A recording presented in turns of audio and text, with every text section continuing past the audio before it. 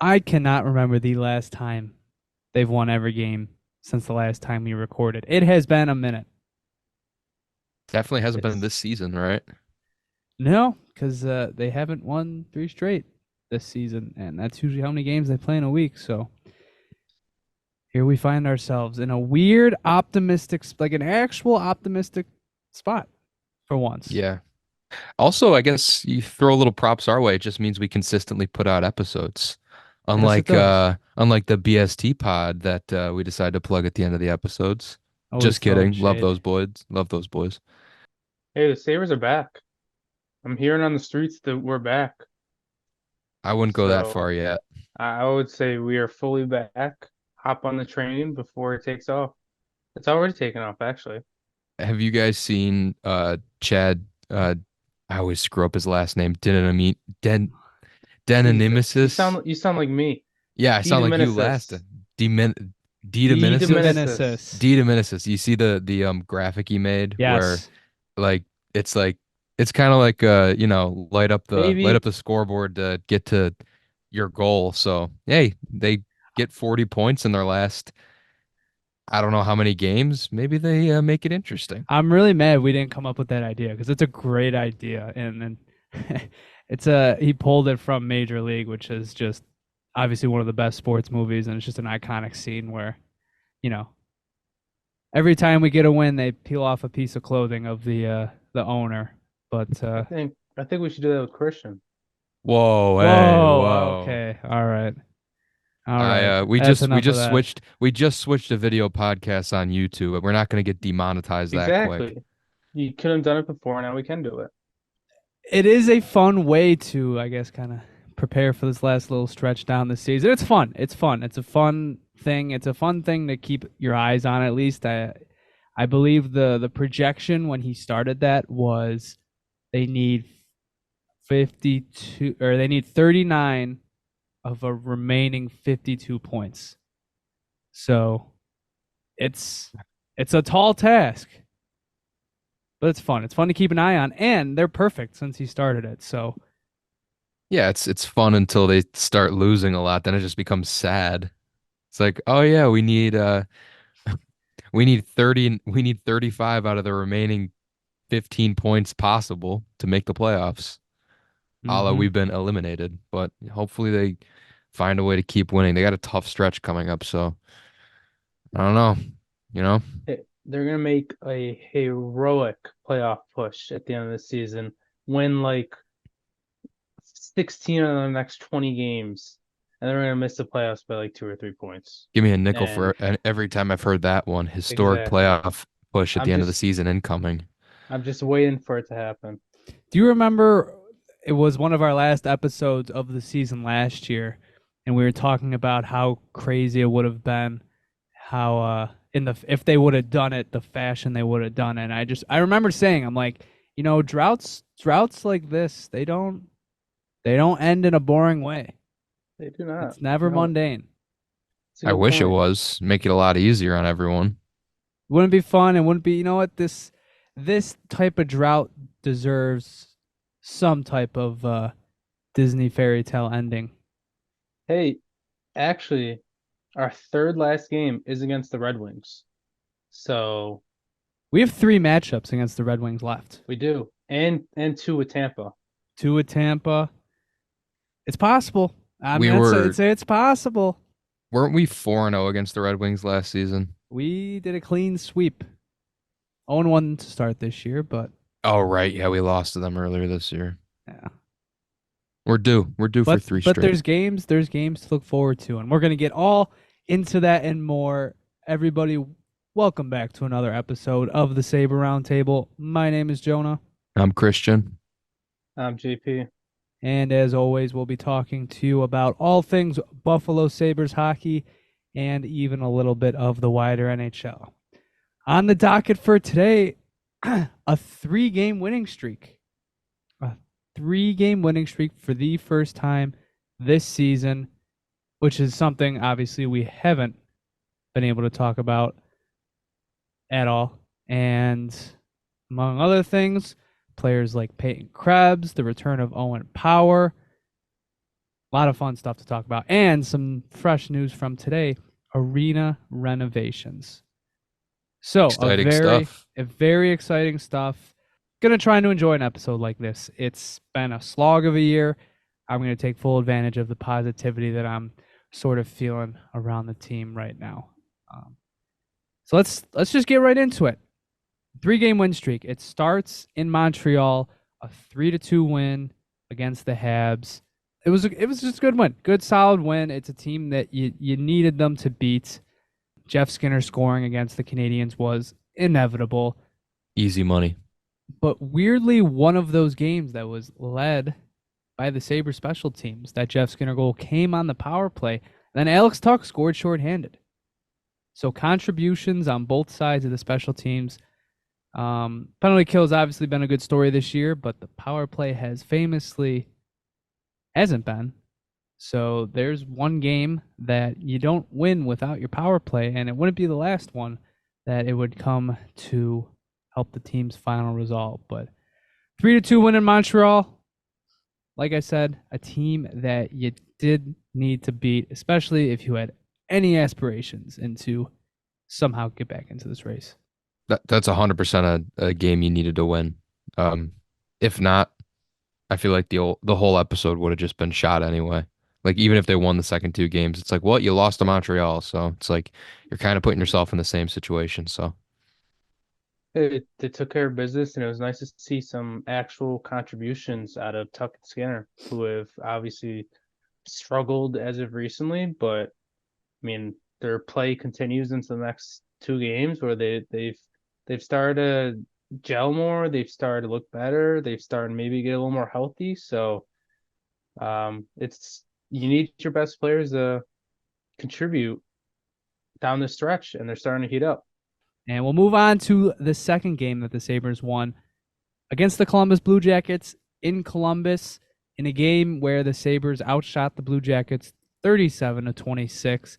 Guys like Tage Thompson and Peyton Krebs all over the ice, and yet your 2 goal scorers are Zemgus Girgensons and Connor Clifton with his first as a Buffalo Sabre. Not That was the goal interesting. scorers you predicted, but it's the ones you got, and the Sabres, once again, take care of business against the team that they needed to. Just solid win. Ukko-Pekka Luukkonen, pretty easy night for him, but No, imagine. it was a fitting time for Clifton's first goal. I wonder what the odds were on like on a same game parlay if you bet anytime goal scorer Girgensons and Clifton. Like throw $10 on that, it's got to be like at least $100 payout, right? It's got to be more Especially than that. it's got to be especially Connor more than that. Clifton. Like, you think so? Here, I'll check next game. We'll see if they're even on the list. Okay. Because people like that usually aren't even betting odds. While JP's doing that, I will say that it was another solid all-around performance. Um, it was good to get back-to-back wins again. It seems like they're doing that more often now, and you know, carried into the next game, and they kind of did that. Mm-hmm. Well, another notable storyline, Kel Clegg picking up his first assist on the season on Girgensons' goal. And Zemgus was actually goal scorer in consecutive games, which you definitely don't see very often. He buries his fifth But and sixth in these last 2 games. but he has yet to have an assist, which is pretty odd, having 6 goals and no assists. But also, Kel Clegg now has more assists than Zemgus Girgensons does, and And one Eric has played Johnson. a couple. Yeah, and one has played what, a few games. The other's played basically every game this season. One more thing, Jacob Bryson picking up his third assist of the year on Clifton's goal. Can we give more props to him? He probably still carries a bad stigma that comes from last season, but he has been legitimately good this year. It's true. Like he's been pretty solid since coming in. I would say definitely better than Eric Johnson. I think I'd Oh put him yeah, better as his partner in Connor Clifton. It's a good little underdog story, redemption story, whatever you want to call it. So good for Jacob Bryson. he's 100% stepped it up from last season, and I remember the broadcast crew was even mentioning earlier in the year when he had a couple of games is that he was and I've said this before, but um, he's been working hard all off season, and in that one game against, I think it was Colorado when he made that move at the blue If you line. bring up that hit again, I swear to No, God. no, no, no, no, no, no. It was not a hit. He did some spin move or something. But yeah, honestly, I mean, he's an RFA. I'd take him as your seventh guy over Clifton and definitely over Eric Johnson. Like, Johnson will be gone next year. Connor Clifton, no idea what's going to happen with that. Maybe they just try and make it work on the bottom pair. But if they need more defensive depth and they can't find anyone, which it's hard to find in free agency. I mean, if you're going into the free agency market, I'd probably just be looking for that big fish to go into the top four, which they desperately need. But if you're looking for a cheap depth guy who's been legitimately good this year, I think Jacob Bryson's a great option. He could rotate in with Connor Clifton if you decide to keep him around, and then you figure out the rest from there. Care to comment, JP? Oh, he's been playing good. I'm impressed. So This I hope is he keeps it up. I am not the biggest hater of Bryson. Okay, it's okay, just the fact that in recent sure. years he was like a top pair defenseman and he wasn't that good. But I think he has been good this year. Like I agree. This is my UPL is JP's Jacob Bryson. No. Casey Fitzgerald is my UPL. Okay, Man, what's he up that to is these my. days? I kind of forgot He's about still in him. Florida, right? I don't know. I think he's I don't still in know. Florida. Let's take a look. While you're doing that, Jonah, move on. Do what you need to do, buddy. I'm gonna see where Casey Fitzgerald is. It's just a good story for Bryson. Obviously, he had that one stretch where he went a month plus without even suiting up for a game. So to see him kind of step in for Samuelson and Owen Power during their timeout, it's just a good story. Good for him. And I agree with Christian. He's a seventh defenseman. Like I think you're seeing now, like he's not a bad option. The reason he garnered so much criticism and negativity around him last season was his on ice save percentage was absurdly low. Every time he stepped onto the ice, a puck was going into the net. And another reason it was injuries. There was a point where Owen Power, Henry Jokiharju, and Samuelson were all out at one point last season. So either you play Cal Clegg or Ilya Labushkin with Rasmus Dahlin, or you play Jacob Bryson. It's kind of a lose-lose. He was always thrown in that spot, and I'm not saying he played good. I'm not saying he was anything special. It was a tough spot for him, and I'm not gonna blame him for, I guess, not performing up to that role. So, like I said, good for him. Good for him on performing and being able to find a spot in this lineup. It's got to feel good for him. Yeah, yeah, good for him. And we gave him some props last episode, but he's continued good play, so he deserves more of it. And by the way, JP, Casey Fitzgerald has spent this season with the Charlotte Checkers of the AHL. So he has not played an NHL game since he played 4 NHL games with the Florida Panthers after we traded him, and he has not suited up for them since. Wasn't he waived? He I was waived. believe so, yeah.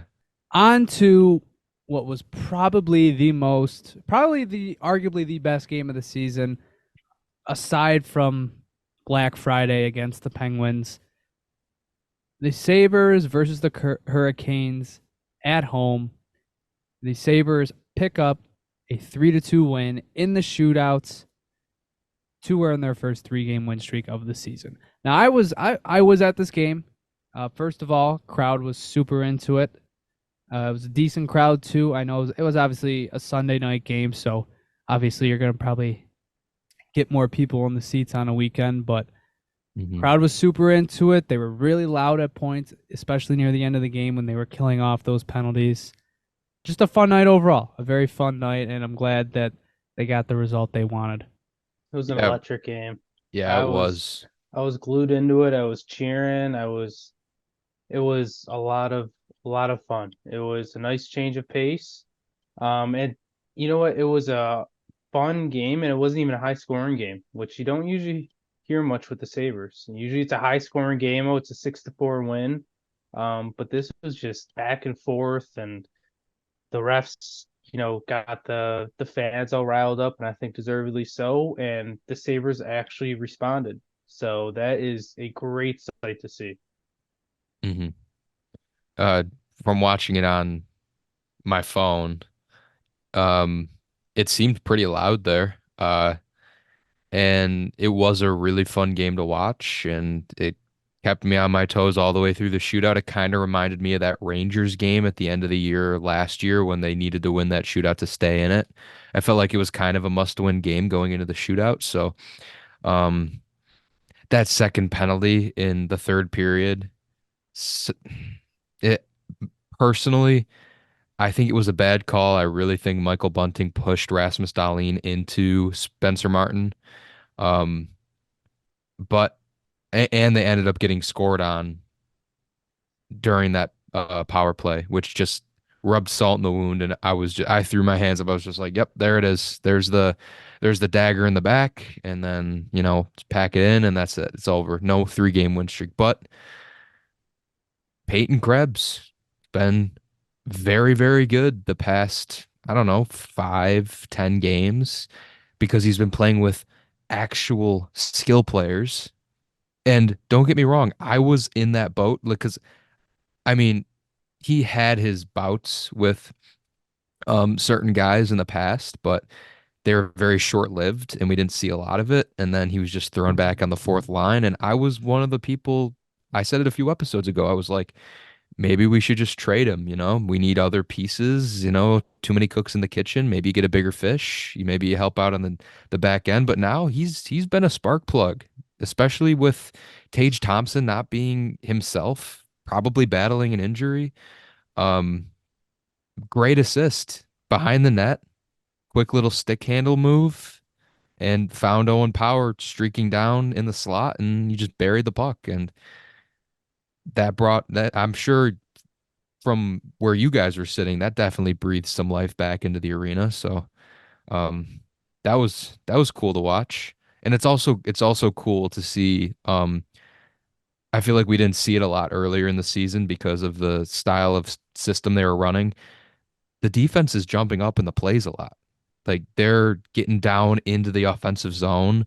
They're almost like forwards. And when they do that, there's people back to cover. They're playing a style of system that's, you know, it's almost like these guys don't have set positions sometimes, unless they're a stay-at-home defenseman. But how many of those do we really have? Not many. But all How around, I thought it was a great game to watch. how about they're playing a system that actually suits them? That's why they look so Exactly. good right now. Yeah. But that line has been awesome. It's the new kids line. It's an even younger line than last year, which is crazy to think with The Benson baby he's line. 18 and but that line was all over the ice yesterday, and Benson was forechecking like crazy, and they've had so many chances, but they really haven't cashed in, and I think it is coming. Because I mean, Paterka's been snakeman. He's had a ton of chances. And obviously Benson hasn't had the finishing touch this year, but that line has been amazing. So they'll find their scoring touch. I'm confident of it. Since those three had been reunited, they hadn't scored a goal in the 3 to 4 games they'd been playing together. Even JJ Paterka, you see how good they're playing, and then you look at their game logs. None of them are picking up any points. So you're just kind of waiting because you like what you're seeing. You feel like they deserve better, and yet it still says zeros across the board. And then that shift. Benson keeps the puck in, then drives the net, which if you watch the replay, it attracts 3 Carolina defenders. Aho totally gets sucked down towards the crease, leaving Power just wide open. And Krebs with just the he was just so patient, just waiting for something to open up, and it was actually such an easy pass. But he could have thrown it at the net. He could have, I don't know, brought it out, then gone back down. But he just waited for Carolina who were tired, and he recognized this to just make their own mistake. And Power was just wide open and underrated shot. It was a laser of a shot. It was in and out and ties the game. And probably the biggest pop in the arena since that Black Friday game against Pittsburgh all those months ago. Speaking for me personally, it was one of those. It's been a what, because I've been in my fair share of Sabres games this year, and it's tough to kind of get up, get excited, even when they're winning games. But that was the goal that kind of you kind of black out for a second and you just kind of jump up and cheer for the goal. And even going back to the sequence before when Dahlin takes that penalty, and I kind of thought it was a penalty, and he goes into the box and he's punching the door, slamming stuff, and then Carolina scores. Dahlin comes out and he's giving it to the ref. The crowd, everybody was just angry, and it's something Don Granato was talking about. They were just so angry that you could tell they just didn't want to lose that game. Like that did not take them out. It didn't slow them down. It didn't suck the life out of them. They were motivated to score, and it only took another minute. What's your opinion on the penalty? I thought why Dahlin, do you think it should have been? I thought Dahlin could have gotten out of the way, changed his path. Fair enough. Do you remember? Because we were talking about it mid-game. Do you remember the Jordan 2-2 incident with Ryan Miller? It was Miller's first game back from after the Milan the Lucic hit. The Lucic hit. So when he his first game back from a concussion, and this was a much worse incident because if you watch it, 2-2 jumps into Miller, but 2-2 he's driving the net. His head's down, but you're an NHL hockey player. You know where the net is. You have enough awareness, and doesn't change his path. Just keeps going and ends up colliding with Miller. I thought that was Dahlin. Bunting had his kind of hand on Dahlin, but it wasn't a shove. It wasn't a push. I thought Dahlin was clearly going to the net. If it wasn't Dahlin, I would say maybe it wasn't a penalty, but he did almost kill his own goaltender 5 minutes earlier, which was definitely a penalty. That one was obvious to me. You can see in the replay, he looks over, and I forget who he shoved, but he turns and just kind of guides him into the post. Another thing that's kind of killed this team this year is just their penalty share has been awful. Speaking of Dahlin, though, he's had quite the week since Owen Power went out with his injury. Dating back to the first of the 6 games Owen Power was out for, here are his game logs in terms of ice time. 29 minutes, 30 minutes, 29 minutes, 29 minutes, 29 minutes, and then last night he sets a career high of 31 minutes and 43 seconds. And you saw that stat going around where he logged almost 5 miles on the ice last night, or Sunday night. Crazy stuff. It hasn't been done since Erik Karlsson 7 years ago. Yeah, that's insane. Over 30. Obviously, overtime may have had a little bit of a hand in that, but he sat out for 4 minutes, so it's almost. I guess, you're right. It almost evens it out. You think about that, he's getting double shifted. That guy is taking double shifts in the NHL against the best competition, and he's going up against their top pairs and their top lines, all of that. Man, it's almost like you got to appreciate having a guy like that around, because sometimes he might not be the flashiest guy. I mean, he's led the NHL in goals for a defenseman, but sometimes he has his quiet moments, and I think a lot of people don't appreciate how good of a player he is, because he goes out of the lineup, you have a massive hole to fill in defense, almost unfillable to a certain extent, because that guy is netting double shifts. He's taking a tremendous workload off of 5, 6, if you're dressing 70, 5 other defensemen that are on the ice that are fresher, because Dahlin could play 30 minutes a night. I don't know how sustainable that is, but I mean, they gave him the day off today, as they should. How much you want to bet he didn't leave bed? He just No, I he would just be woke. He dead. couldn't barely move.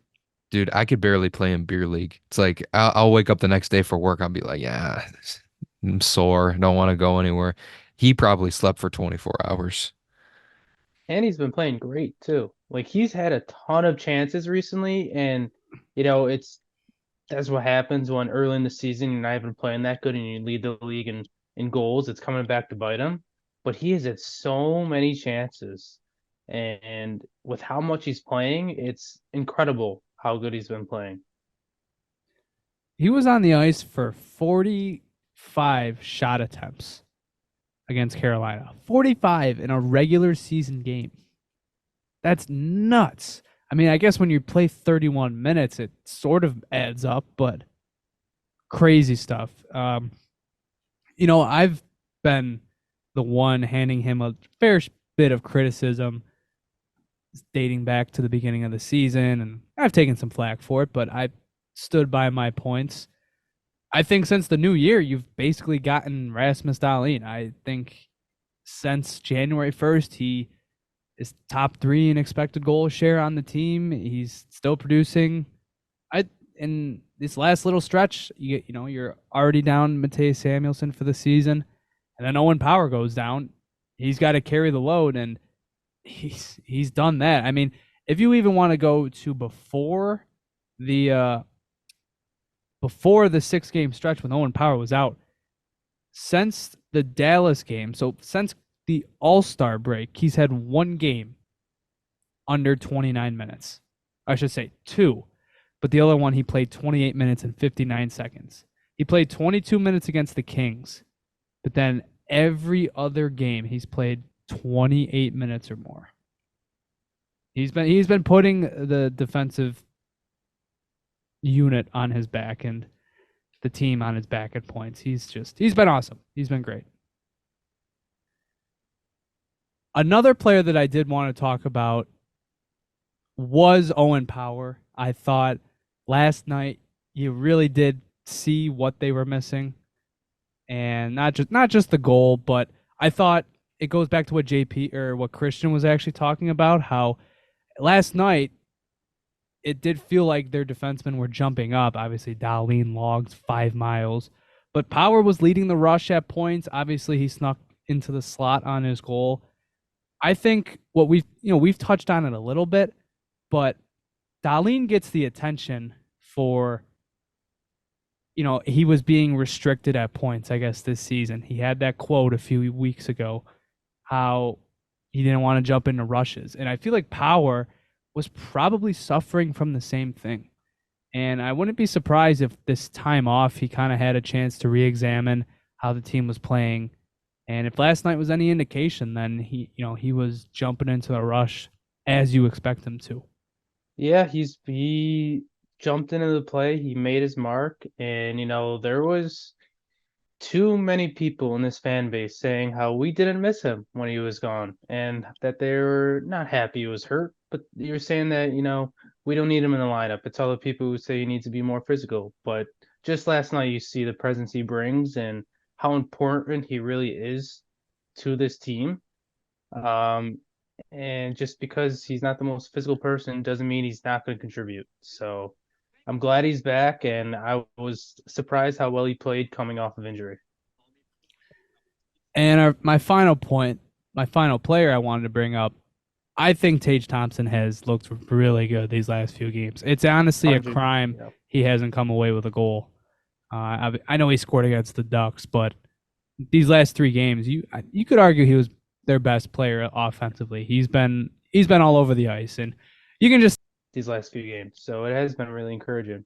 And that actually, it kind of leads me into a point about these last few games and these last few wins that we've had, and that it's a good thing and a bad thing that we've won these close games that we haven't really been able to score.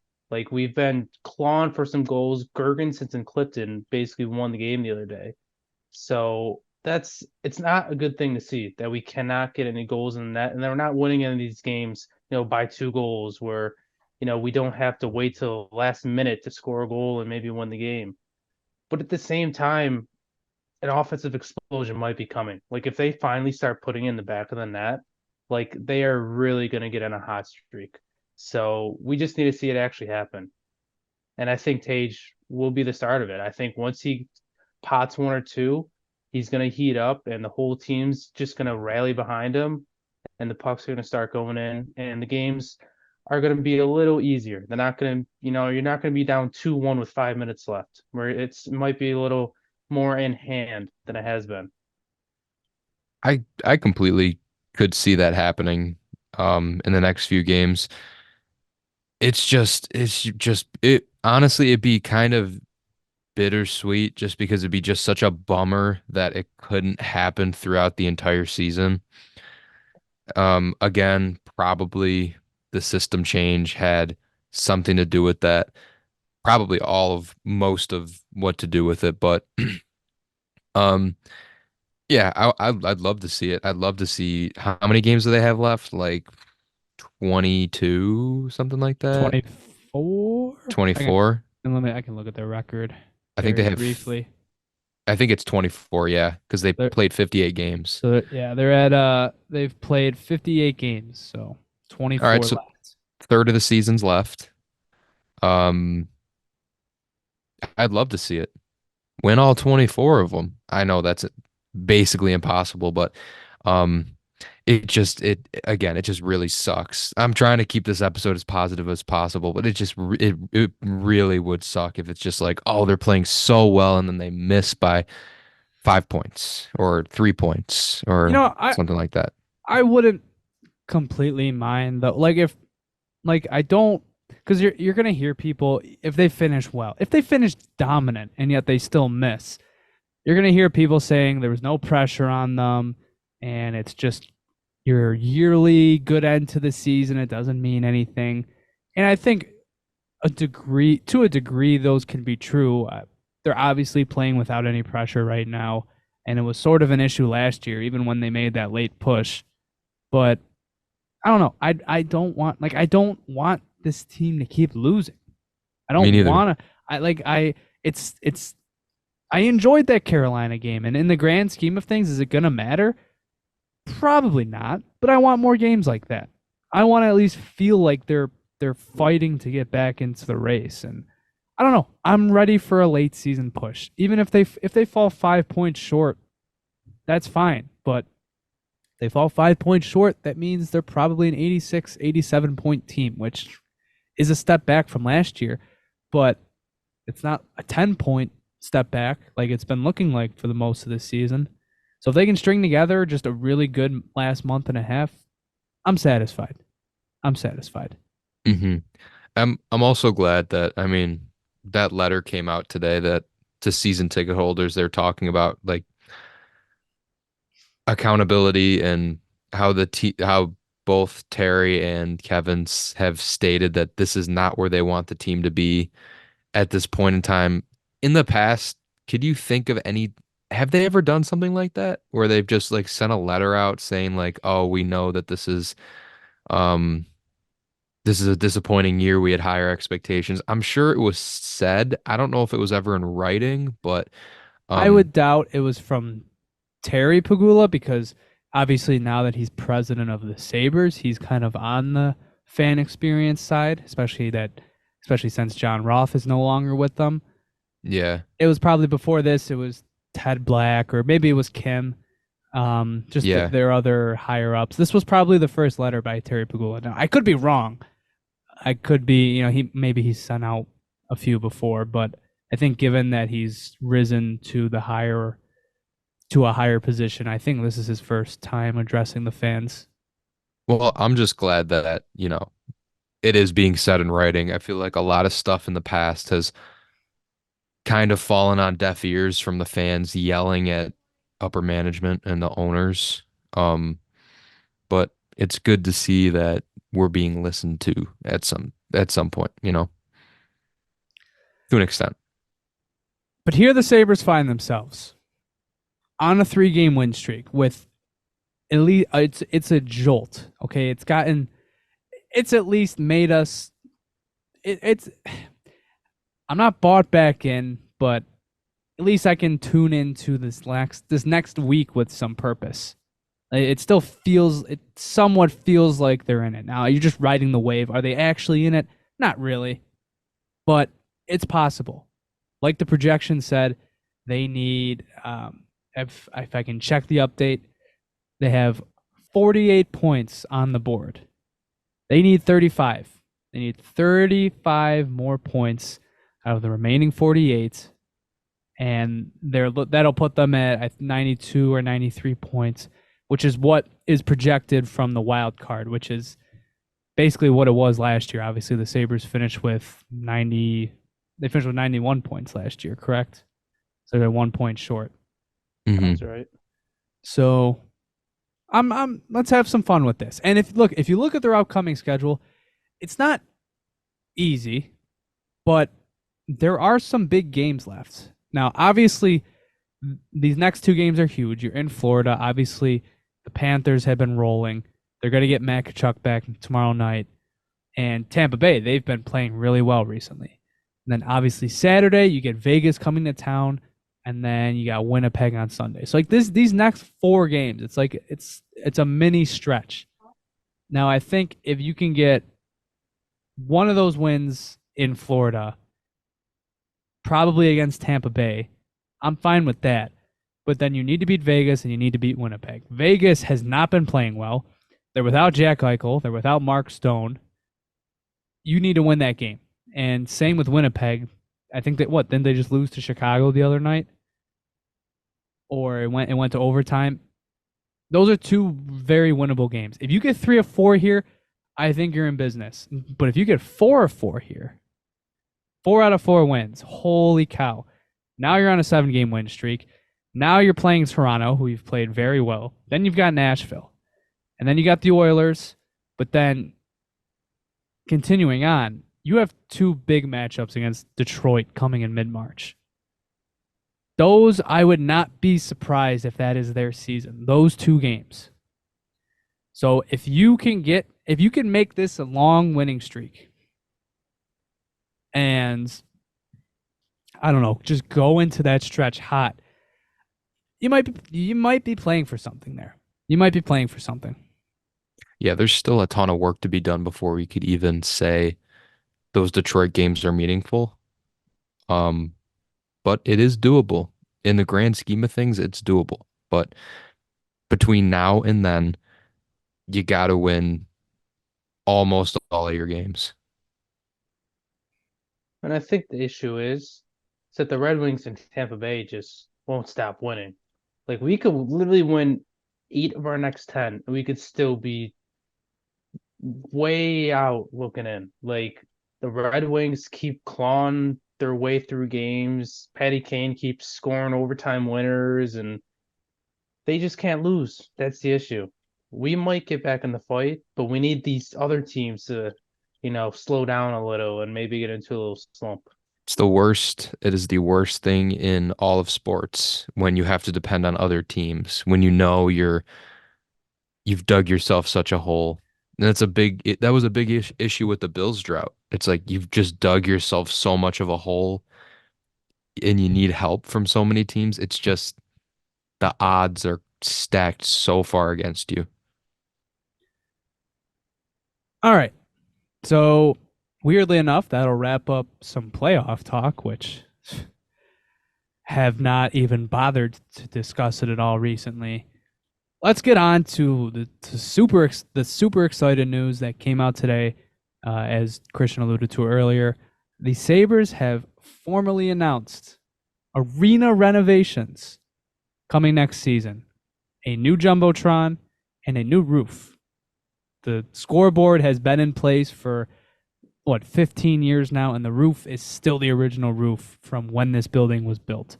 So, long overdue. It's nice to see some money being pumped into the arena. And honestly, I will give Terry Pegula some credit, or at least I'll commend him a little bit. You can't tell me that he's not totally wrapped up in the Bill Stadium process right now. So for him to start plugging in some money, I'll give him, I'll thank him for that. Honestly, there's probably not a lot of owners that would have done this simultaneously. Yeah, and the Jumbotron, there were rumors about it earlier, and it was people were saying, "Oh, don't get too excited. It's not supposed to be anything too special. It's supposed to be an upgrade, but nothing crazy." This looks like one of the better Jumbotrons in the league.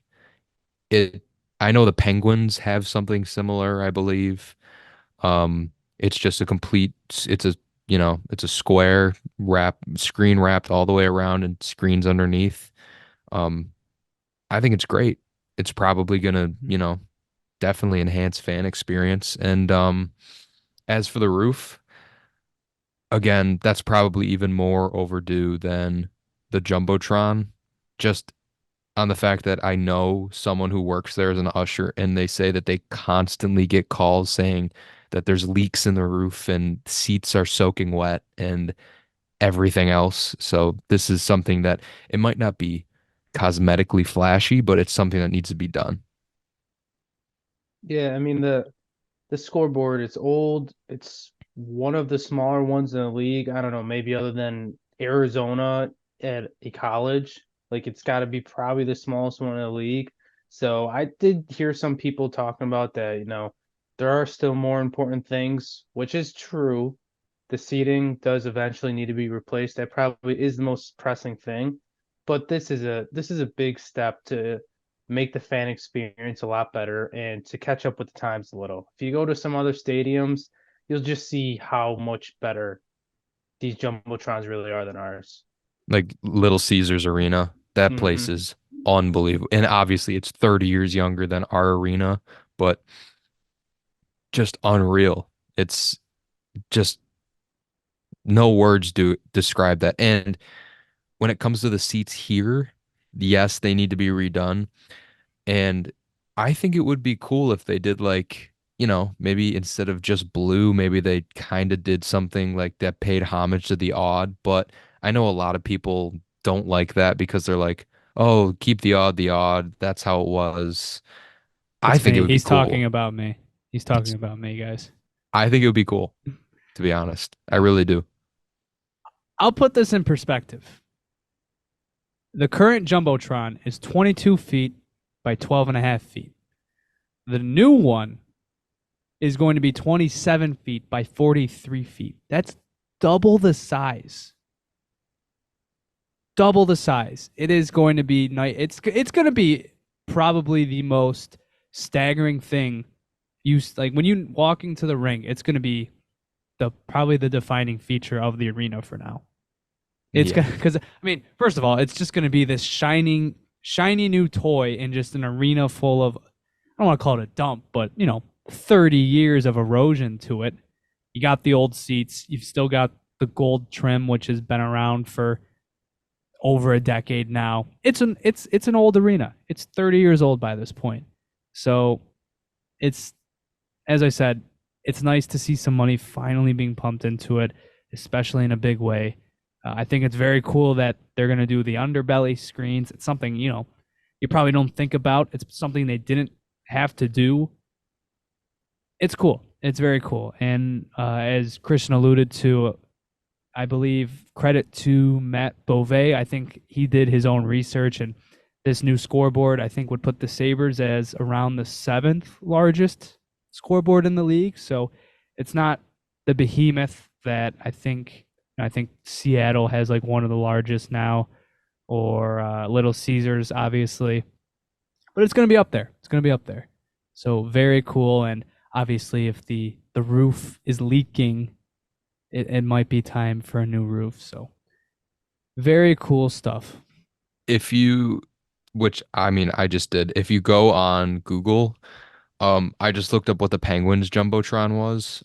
They basically had the same one we had, up until a few years ago, and then they switched to basically the same one we're gonna get. So if you want like a comparable timeline, instead of seeing renderings, just look up what the Penguins did because it's basically the same thing.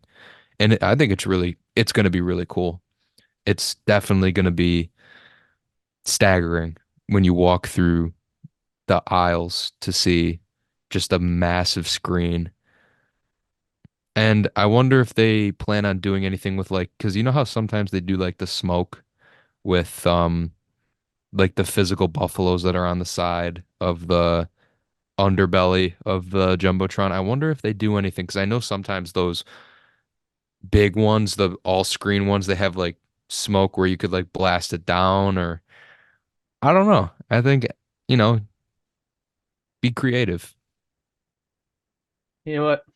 I do gotta say though, I'm sure it's purely a coincidence that they announced this and they sent the letter to season tickets and they sent the renewals of the season tickets right after this week and right Yes. after a shootout win. It I'm is sure very it's it is very funny that the season ticket hmm renewals were sent later exactly. today. Yep. Later today. Dude, Hey, it's good hey, business that's I'm not, practice. just yeah, That's how great you do business. business. That's how you I do business. I don't blame him. I don't blame him. I'm just saying, I'm sure it's a great coincidence that Coming all off a this big just home win. happened after the best week of the season. I'm Let's hope they keep sure, winning. yeah, I'm sure if they didn't win at least two of three, they probably would have waited to announce it. Were there conversations at like the start of the season, like, hey, when they get on like a long winning streak, we'll just throw it in there and let everybody know, and then you know we're in the end of February and they just got their first official winning streak of the season on. So they're like, pull the trigger right now. We got to do it now. Vibes are Yeah. high. Keep them high. I have pulled up Mike Harrington's article from the summer. This was with his conversation with John Roth, who was still with the organization at the time. And I just want to quickly recap because we did kind of know this was coming. They said the new scoreboard was going to come this season, and obviously the roof was also there. Just to recap on what else is coming, obviously the sound system they've been trying. They're studying the acoustics and trying to improve that. And then they did say that the seating bowl was going to be revised as time went on, but there's no dates on those ones. Those are just there's things they're going to improve. Obviously this year was mostly concessions. Next year is going to be the scoreboard and the ceiling, and then I would guess after that we get new seats and maybe other additions. I know I put out some thoughts of what I would like to see. Most importantly, they got to put a Rick Jeanneret statue in. It's a must. It's something they have to do. Hmm. And then obviously something we've been talking about for a little while. Update the Alumni Plaza mural, Please. please. It looks like I don't know how many of our listeners have TikTok. JP doesn't even have TikTok. There's a trend, and it's using AI where you put a location that is like everybody recognizes and is nostalgic about. So it's like I don't know, like the Krusty Krab from SpongeBob, and it just ages it year over year to make it more desolate and abandoned.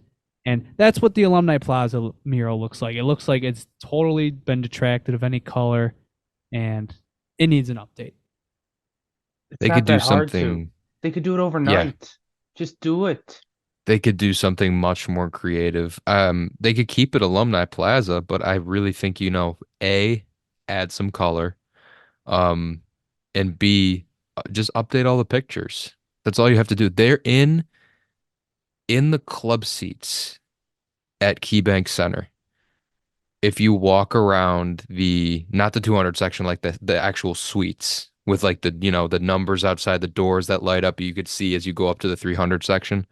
Um, Somewhere down in those hallways, there is a big mural of like Sabres alumni.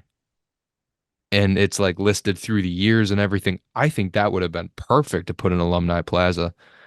Um, and even if you want to update it through now, I know we haven't had much luck in the past, 13 years. You could throw Eichel on there. You could throw um I don't know about Ryan O'Reilly or Vander Kane, but Ristolainen. sure, he was here a long time, maybe. Girgensons, put him up there if he's not on the You team can't next year. you can't you can't just negate a decade of history. You can't Exactly. you can't do Yeah, that. you can't. Look, I get it. Like, do you put Eichel and Reinhardt on there? I don't think they would. They probably wouldn't. they were very quick to rip everything down when they left of any traces of them in the And they're still arena. playing. So They're still playing. I get Yeah. it. Yeah, and they're still playing. So I get it. I just think it'd be update, just new artwork, even if you kept everybody the same. And also make like if walking around the arena today, there are hardly any pictures of the current players, any current signage. The it's been brought up the coloring on like the signs that that lists the sections of each seat section in the arena. Still navy blue. They haven't updated just smaller stuff like that. So Yeah. the arena, it needs an overhaul. This is not going to be enough. Putting in a new scoreboard, putting in a new roof, that's a lot. It's going to take a lot of money. Those are like the big things. I think the scoreboard is essential because, it's the scoreboard. You had to update it. But, it's smaller things around the arena. It's updating the signage.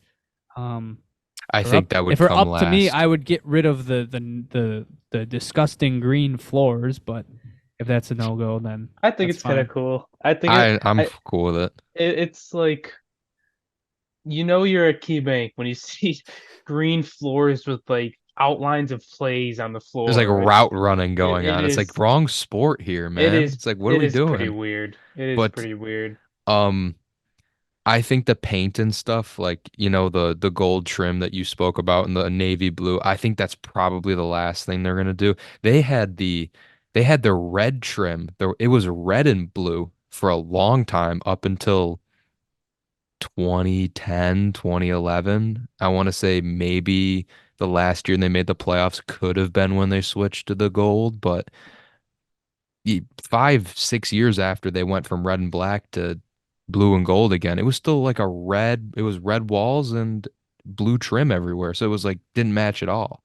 But yeah, I think that's probably the last thing on their list. I'd say the big things, scoreboard, roof, those are the two, and the seats. Two of those three are getting done. The seats should be next.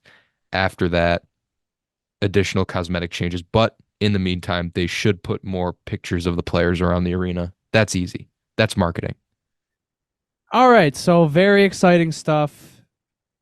Something to stay tuned with. Some exciting stuff, especially for season ticket holders like ourselves, at least me and JP. So very cool stuff.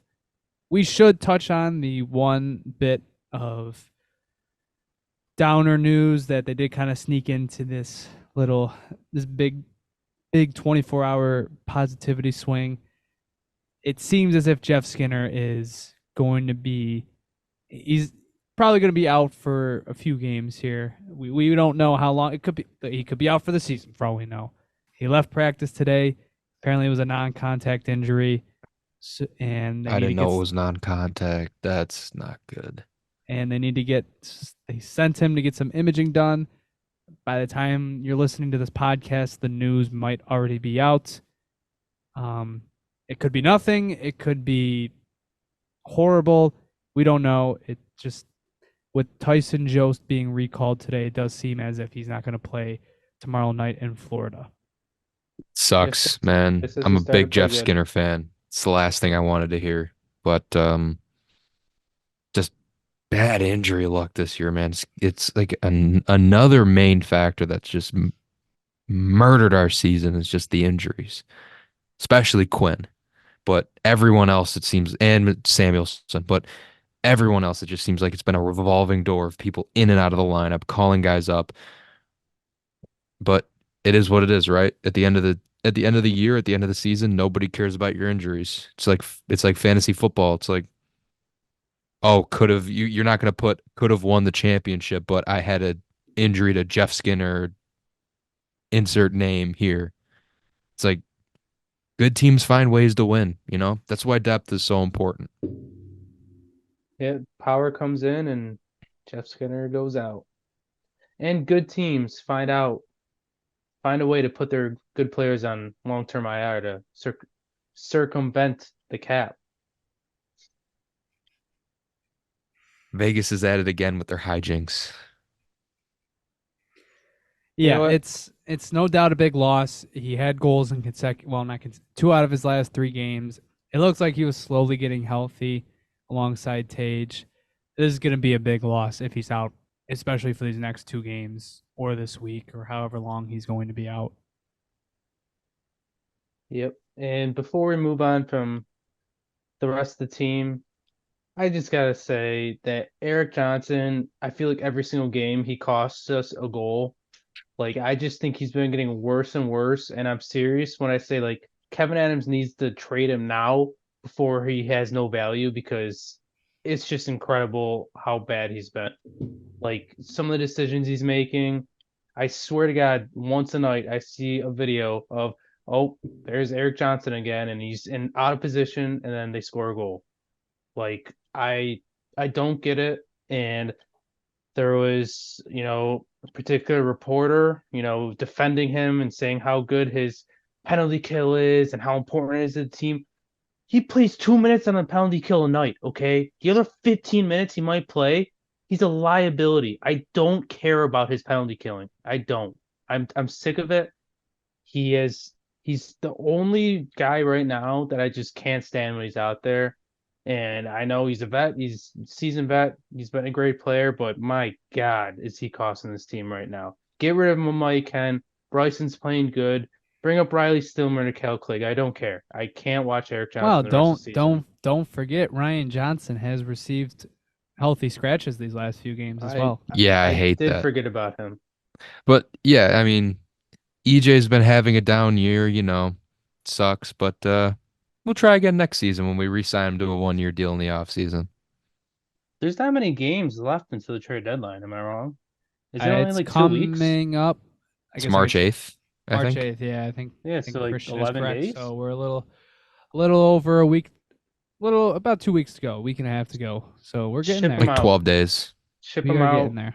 Don't make it a last minute thing, and then don't make it, oh, we're on a playoff push. We can't trade him. Get rid of him. We'll be better. Oh my God, could you imagine? Yeah, we had a couple no. suitors lined up for Eric Johnson, but It's too valuable. Our team's back in the race, so we decided to hang on. He wants to be here. He wants to help get us there. That's such a Sabres move. I could see that happening. Please He no. Like, he just doesn't bring any value to the ice. if they want to do that with Gergensons and Okposo, like, fine, because they've been here so long. But EJ, like, You owe nothing to please, this guy. please, You really please don't. Yeah, You- please don't, Kevin. Please get rid of him for my sanity. I need Ryan.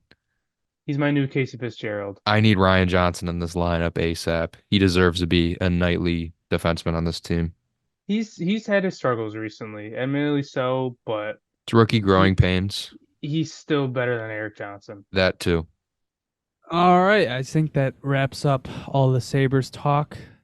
Let's hop around the NHL. So I'm just gonna get right into the biggest headline. You mean your myself, favorite headline? my favorite headline. He needs it. Me, noted Elias Pettersson. I don't even know what it's called. Supporter, enthusiast, Stan. Stan. You can throw the Stan label on me. So, Elliot Friedman goes on Hockey Night in Canada at the intermission and gets to his NHL headlines, and he reports that teams have been calling about Elias Pettersson because it is February 26th and he has still not signed a contract. He hasn't engaged in contract talks with the Canucks, and teams just want to see what the availability is there. Now, is he getting traded this season? Absolutely not. Obviously, Canucks they might win the Pacific. They're definitely going to make the playoffs. He's not going anywhere. But, and this came with some more news today, or a quote by another Vancouver reporter, how supposedly ownership is getting really frustrated because Pettersson doesn't want to engage with any contract talks just yet. He's been on the record saying, or not on the record, but it's been reported that he doesn't want to start them until the summer. He wants to see how the season shakes out. It's getting to that, like, my Eichel senses are starting to kick in now, where it's like, oh, this guy might want out of here. Because how many other times has this happened where a team at points seemed like, it seemed at points this team was going to win the President's Trophy. I don't think it's going to happen. But they're having the best case scenario season imaginable. And the guy doesn't even want to talk. He doesn't even want to talk about a contract. And it's been reported, David Pagnotta reported it during the week. Canucks are willing to throw cash at him. They're willing. I think they put an 8x12 on the table. Pettersson hasn't, he's not putting pen to paper, and it's just really, which is really interesting. Weird. It's really weird. It is really weird. If someone offered you an 8x12, I mean, the term is long, but when you're going to get 12 million over that long, players love that though. They love security.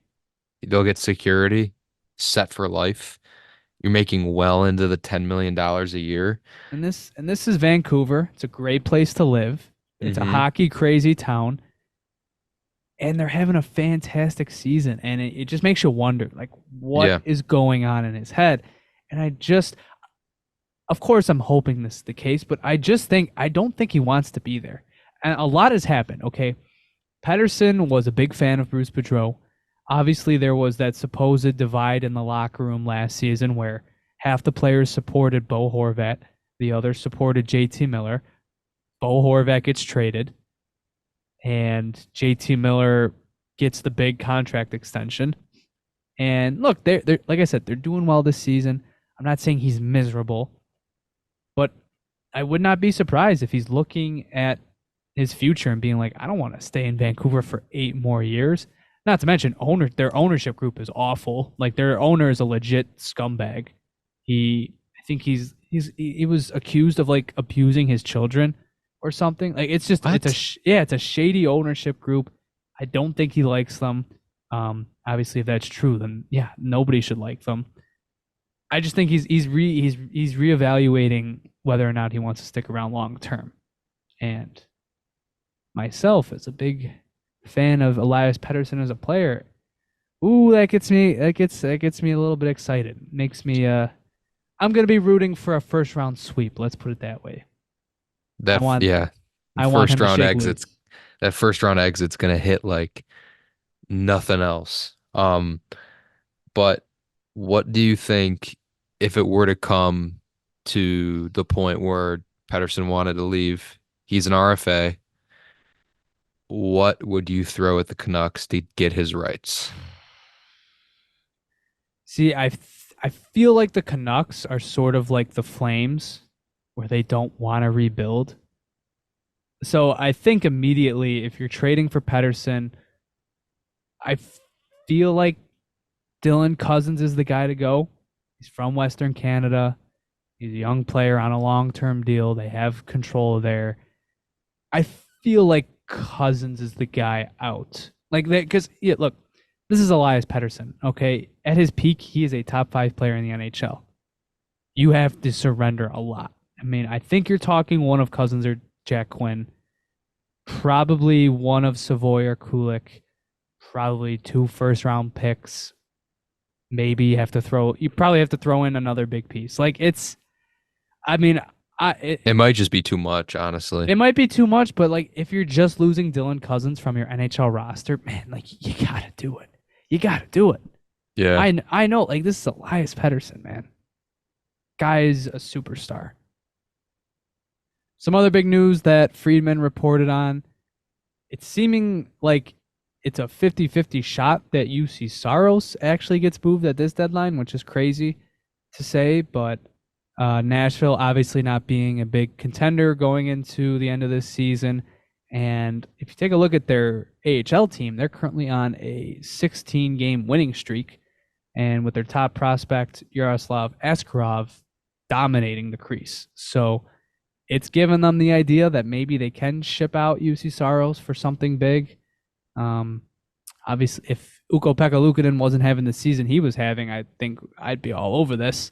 That could be a huge trade that you end up seeing, and I don't think that's something people really expected at one point. Yeah, what team thinks that they're really good and have a really good future, but their goaltending is absolutely trash? a our team best in friends up Ontario. in yeah, our best friends up in Ottawa. So I think they're gonna be all over it.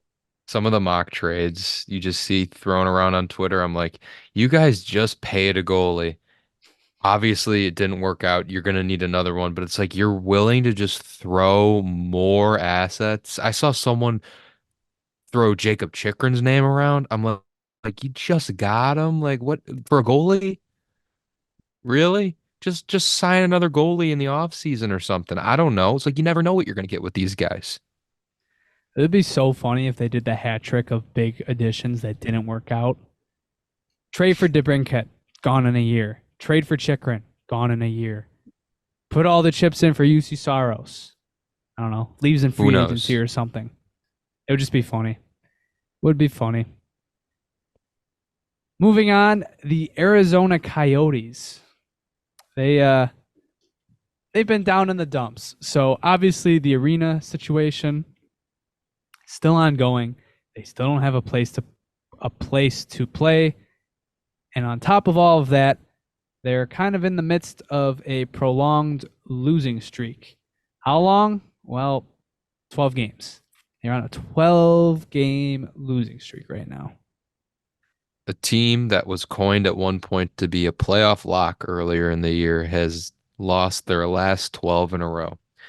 I don't know, man. It's just that organization, it just seems like it's been, I mean, we talk about the Sabres being a tire fire. That organization has been a dumpster fire for their play and a laundry list of other reasons. It's like there's just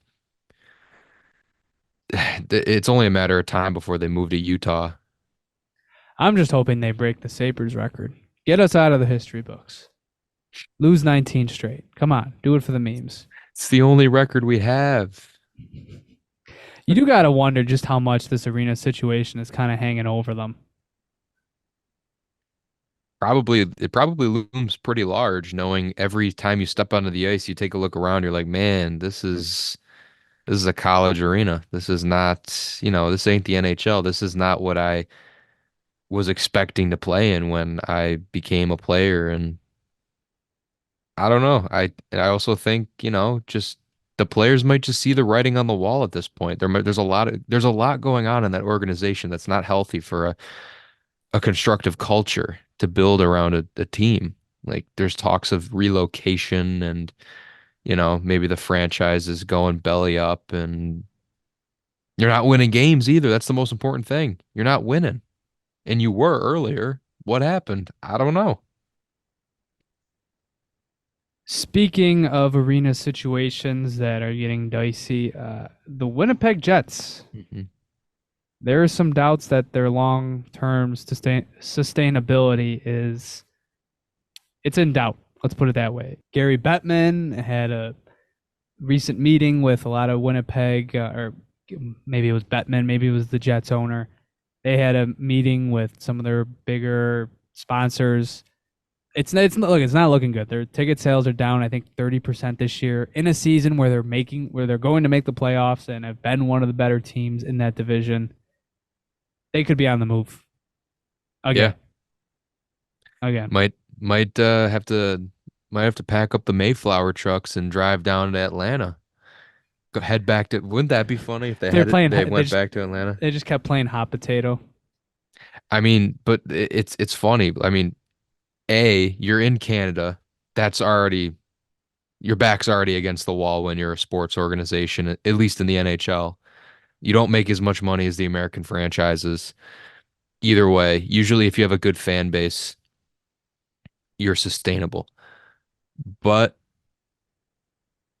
with the decrease in the ticket sales in a season where this team has been very good, I mean, dare I say, maybe one of the best teams in the West, you're not filling your arena, and it's not even like it doesn't even sit 18,000. Isn't it like It's like 16,000 around max capacity? 16. Yeah, That's how many people were at the Sabres game on Sunday. If an NHL team wasn't currently playing at a college arena, they'd by far be the smallest arena in the league by like a couple thousand. And also I feel like it's like a Hartford situation. I just don't think Winnipeg, like Buffalo's a small market, but we have a ride or die fan base, and I've always said this team's a hockey town first. There's, we have the combine here. Um, Youth hockey is huge in this area. It's probably one of the biggest sports in Buffalo. Um, but I mean, I could say all the same things about Winnipeg, but it's just for some reason it's not working out.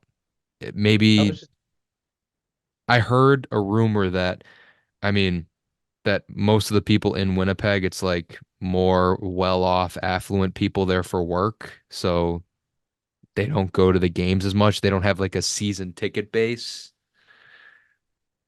I don't know. Maybe it's a rumor, but all I'm saying is they got to figure it out soon because Bettman is not going to be as patient with them as he is with the Coyotes.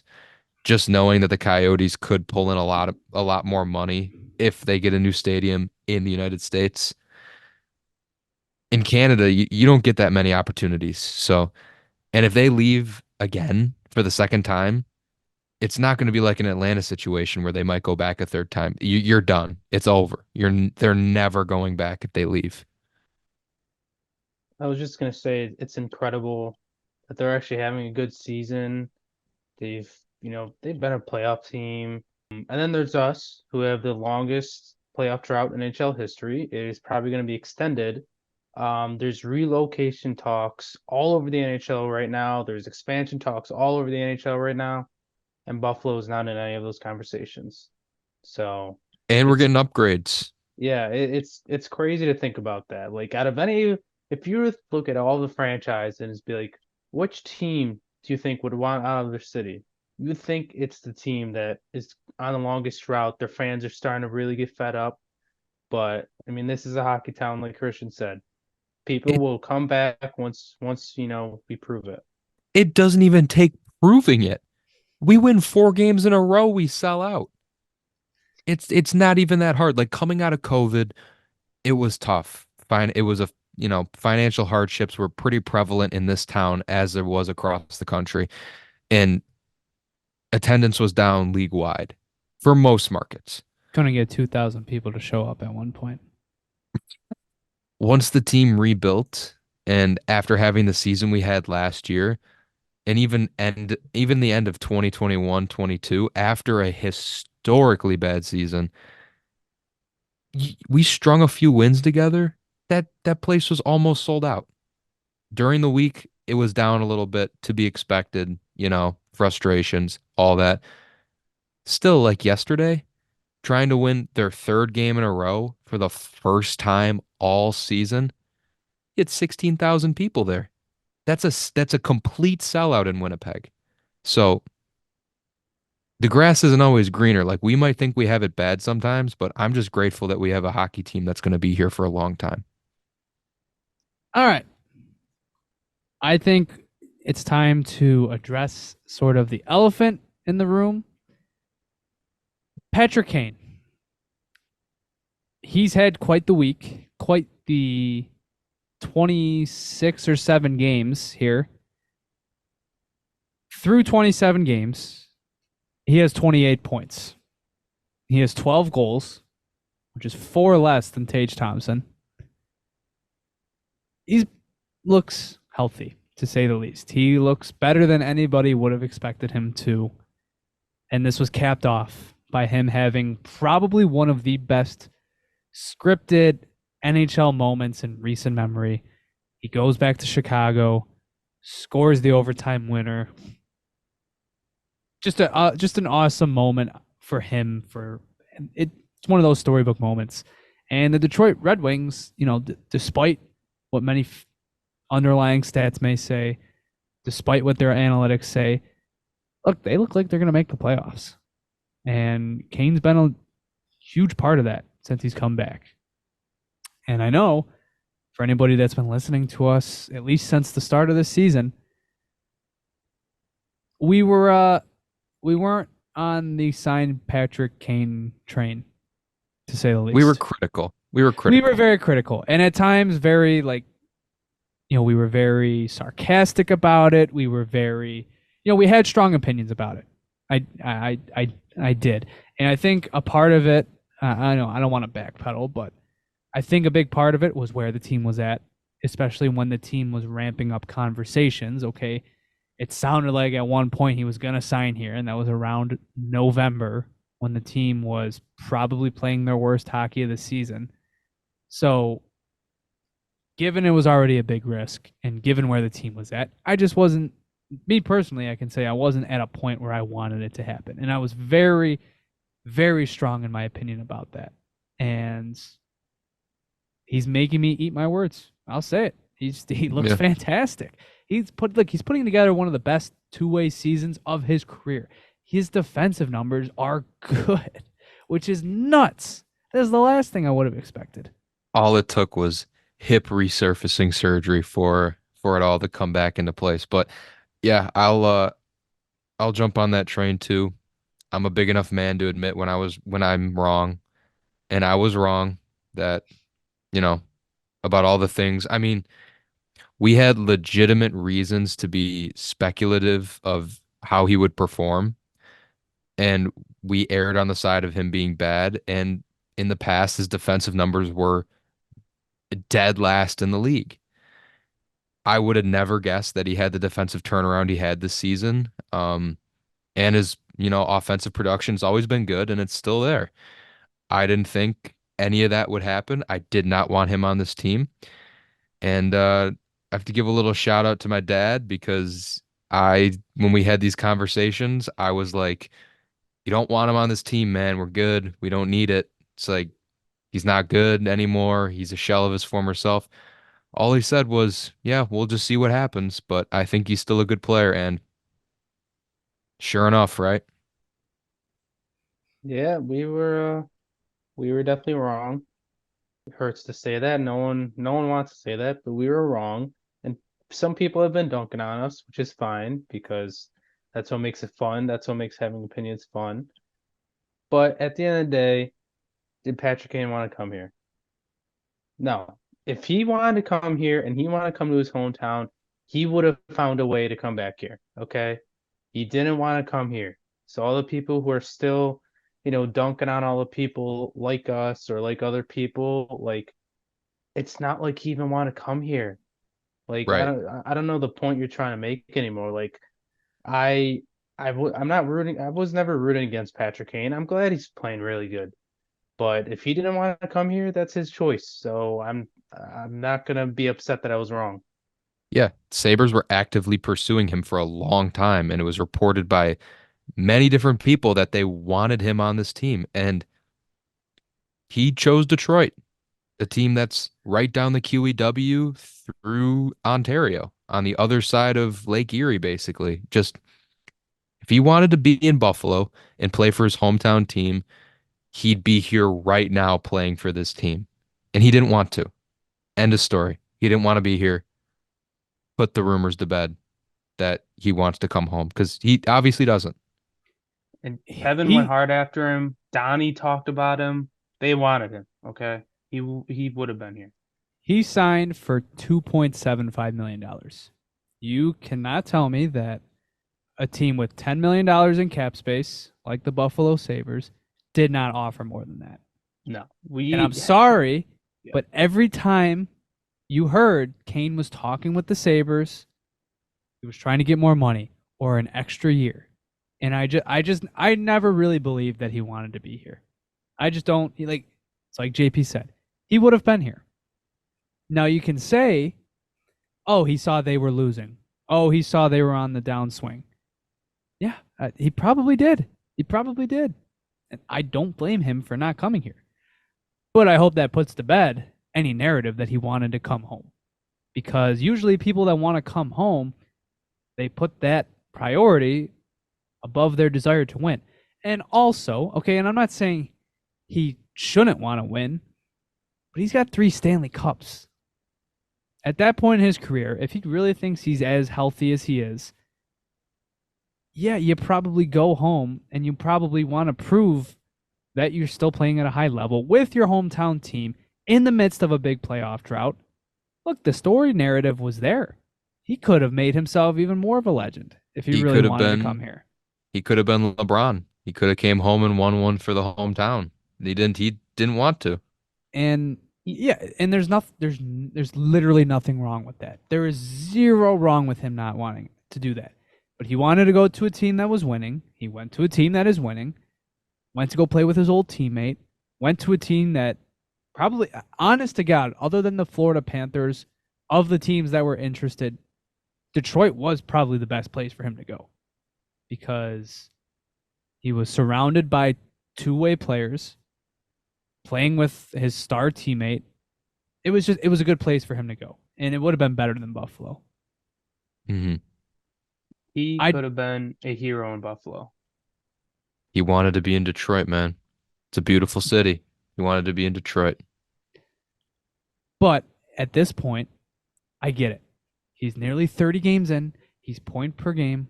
He's made everybody eat their own words.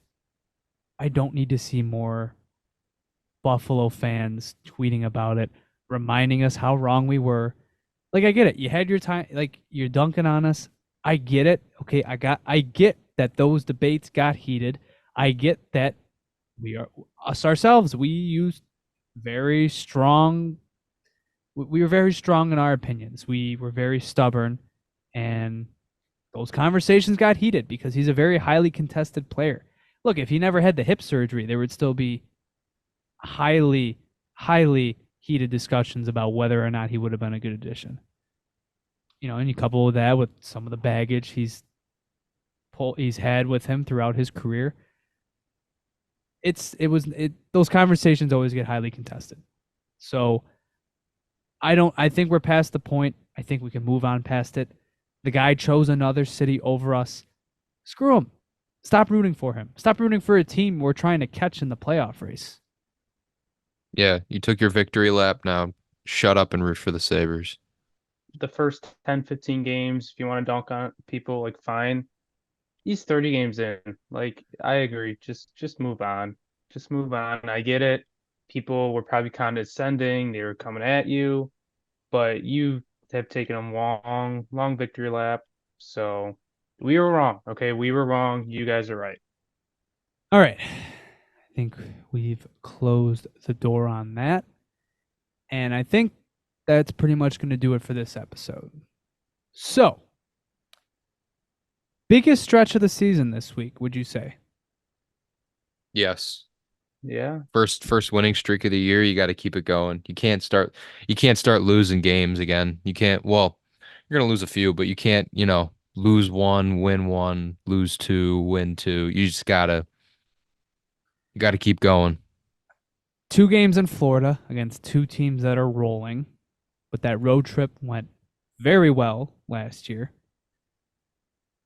And then you've got Vegas coming to town on Saturday. Now, Jack is not going to be playing, but it's a national broadcast game, Saturday nights. You're still going to have people there because it's Vegas, and Vegas has not been playing well. And then Sunday, you've got another home game against Winnipeg. This is, from here on out, every week is the biggest week of the season. So let's make this streak an extended streak. I know you're getting the toughest opponent out of the way without Jeff Skinner, most likely. It's going to be a tough test, but find a way. Let's make this interesting. Let's make this last month and a half interesting and fun. Let's have some fun. Yeah, let's just have some fun. But that's going to do it for this episode. We'll probably speak to you guys after the Winnipeg game at some point. So until then, if you want to follow us on Twitter, follow us at the Sabre Report. Follow us on Instagram at the Sabre Report. Follow us on TikTok. Subscribe to us on YouTube. If you want updates for the pod, follow us at Sabre Report Pod. Go give our friends over at the Buffalo Sports Talk podcast a listen. But other than that, if you guys got nothing else left to say, it's going to do it for this episode. Thank you very much for listening, for watching. Feel free to leave us a review, and we'll see you next time. Go Sabres. Go Sabres. Go Sabres.